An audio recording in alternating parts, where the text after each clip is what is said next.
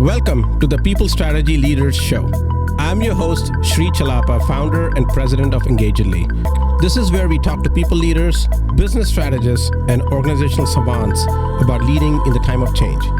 Some people feel engaged when they are given a budget and time for their own pet projects that they want to work on, which is something that Google had done and obviously famously, 3M used to do and things like that.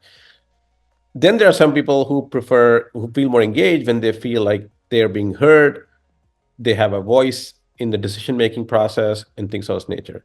Some people feel engaged when they are given more challenging projects, and some people feel more engaged when they feel like they are part of a fun group, right? They work with. So that's the challenge. Is as a manager, you really need to have that emotional intelligence, I believe, to be that personal. Can you talk a little bit more about that on what personal means in your context? Because you talk about that in your own, thought leadership there.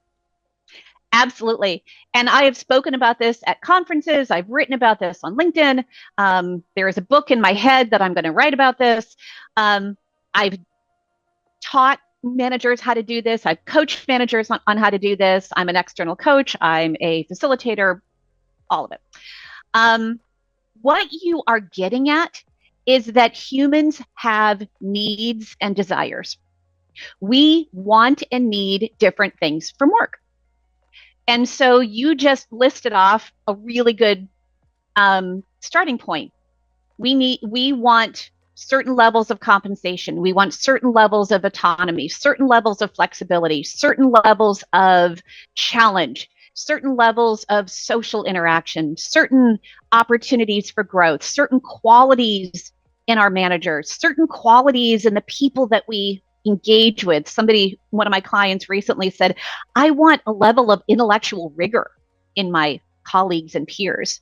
We want a certain sense of purpose and vision.